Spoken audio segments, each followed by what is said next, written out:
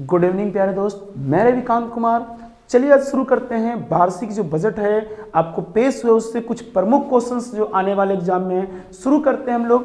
देखिए वार्षिक बजट 2023।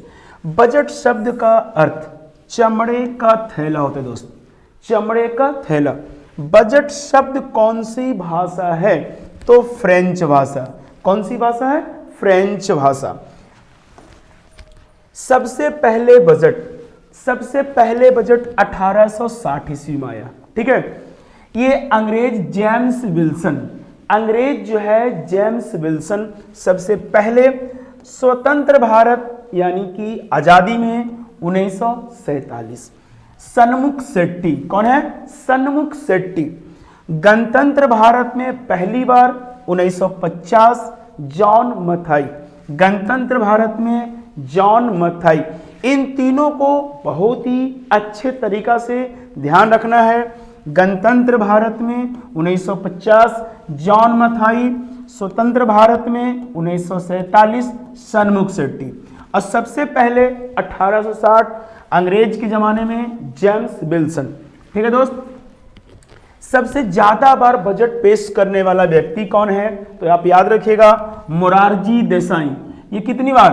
10 बार। सबसे ज्यादा बार बजट पेश करने वाला व्यक्ति जो है कौन है? मोरारजी देसाई है, जो कितनी बार? 10 बार। प्रथम महिला बजट पेश करने वाली जो है इंदिरा गांधी। ठीक है, प्रथम महिला बजट पेश करने वाली इंदिरा गांधी, याद रखिएगा। वर्तमान में जो है ये कौन है? निर्मला सीतारमन। वर्तमान में है निर्मला सीतारमन। 5 बार पेश की है, याद रखिएगा। ये निर्मला सीतारमन जो है अभी ये लगा करके कुल 5 बार। वार्षिक वित्तीय विवरण कहेगा तो आपको लगाना है अनुच्छेद 112। वार्षिक वित्तीय विवरण दोस्त अनुच्छेद 112। अब देखिए पेपरलेस कहता है, पेपरलेस कितनी बार हुआ है? तो आपको याद रखना है पेपरलेस यानी 3 बार। याद रखना है पेपरलेस जो है आपके पास कितना बार? 3 बार। ये जो वार्षिक बजट है इसको पढ़ने में निर्मला सीतारमन जो है 90 मिनट का समय लिए हैं। कितना मिनट का? 90 मिनट का समय लिए है निर्मला सीतारमन, याद रखिएगा। आगे चलते हैं दोस्त। सामान्य और रेलवे से अलग यानी कि समान बजट, इसको हम लोग कहते हैं आम बजट। आम बजट और रेलवे से यानी दोनों को अलग कर दिया गया था। कब? 1924 ईस्वी में। कब किया गया? 1924। वो समिति कौन थी? एकवर्त समिति। समिति का नाम था एकवर्त समिति। आगे चलते हैं दोस्त। केंद्रीय बजट और रेलवे बजट यानी कि आम बजट और रेल बजट, ये दोनों को विलय जो किया गया यानी मिला दिया गया ये 2016 में।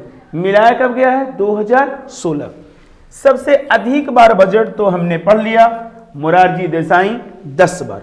ठीक है, निर्मला सीतारमन ने कहा, बहुत ही अच्छी बात कहा गया। क्या कहें? दुनिया ने भारतीय अर्थव्यवस्था को चमकता हुआ सितारा माना है। दुनिया यानी भारत अर्थव्यवस्था को चमकता हुआ सितारा माना गया। तो ये पॉइंट बहुत ही खास है, आप लिख लीजिए। किसने वर्ड को? निर्मला सीतारमन, याद रखिएगा। अर्थव्यवस्था की जो वृद्धि मानी गई है वो लगभग यानी अनुमान है 7%। कितना परसेंट? 7%, याद रखिएगा 7%। पशुपालन, डेयरी और मत्स्य पालन और कृषि, इन सभी पे जो है 20 लाख करोड़ ऋण दिया गया है। 20 लाख करोड़ ऋण दिया गया है। किस पर? पशुपालन, डेयरी, मत्स्य पालन और कृषि। 20 लाख करोड़ ऋण होगा, बहुत बड़ी रकम है। अमृतकाल का पहला बजट, ये देखिए अमृतकाल 25 और ये 2022 से 2047 तक ये अमृतकाल का रहेगा। अमृतकाल का डेट देख लीजिए 2022 से 2047 तक। ठीक है, भारत की अर्थव्यवस्था पूरी दुनिया में अभी जो है 5वीं माने गए है। कितनी माने गए? पहले कितनी थी? पहले 10वीं थी, अभी कितनी है? 5वीं, याद रखिएगा। बजट की प्राथमिकताएं कितनी है? तो बजट की प्राथमिकताएं हैं 10। पहला याद रखना आपको बहुत जरूरी है दोस्त, समावेशी विकास, अवसंरचना एवं निवेश। तीसरा, अंतिम छोर तक पहुंचाना। चौथा, युवा शक्ति। पांचवा, वित्तीय क्षेत्र। छठा, अमृतकाल। सातवां, हरित विकास। एक बार फिर से, समावेशी विकास पहला, अवसंरचना एवं निवेश, अंतिम छोर तक पहुंचाना, युवा शक्ति, वित्तीय क्षेत्र, अमृतकाल, हरित विकास। तो पूछेगा आपको कि बजट की प्राथमिकताएं कितनी हैं, तो आपको याद रखना है 7 प्राथमिकताएं हैं। बच्चों और किशोरों के लिए राष्ट्रीय डिजिटल पुस्तकालय बनाया गया है। बच्चों और किशोर के लिए राष्ट्रीय डिजिटल पुस्तकालय का निर्माण होगा, याद रखिएगा, बहुत काम की चीज है आपके लिए। कर्नाटक के सूखा प्रभावित क्षेत्र, कर्नाटक के सूखा प्रभावित क्षेत्र के लिए 5300 करोड़ रुपए का दिया गया है। किसको? तो पूछे कौन से राज्य को सूखा क्षेत्र के लिए है, तो कर्नाटक। कितना राशि? 5300 करोड़। ठीक है, वो कौन सी योजना है, तो उसको याद रखना, योजना का नाम ऊपरी भद्रा योजना।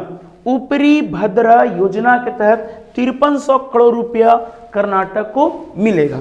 ठीक है, रेलवे के लिए आपको मिलेगा 2.40 यानी कि 2.4 लाख करोड़ का प्रावधान किया गया इस बार। और नई जो नौकरियां होगी 7500 करोड़, सॉरी 75,000 जो है, याद रखिएगा 75,000 जो है नौकरियां आएगी रेलवे में। पैन कार्ड को अस्थायी पहचानकर्ता के रूप में प्रयोग हो सकता है, यानी पैन कार्ड के साथ साथ आपको अस्थायी पहचानकर्ता के रूप में भी इसका उपयोग होगा। किसको? पैन कार्ड को, याद रखिएगा।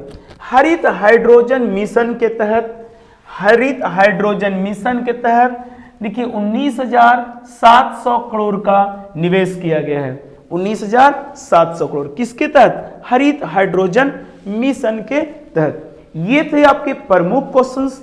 आप इसी तरह बने रहेंगे, फिर हम आपको एक नए वीडियो के साथ मिलते हैं। तब तक के लिए जय हिंद, जय भारत।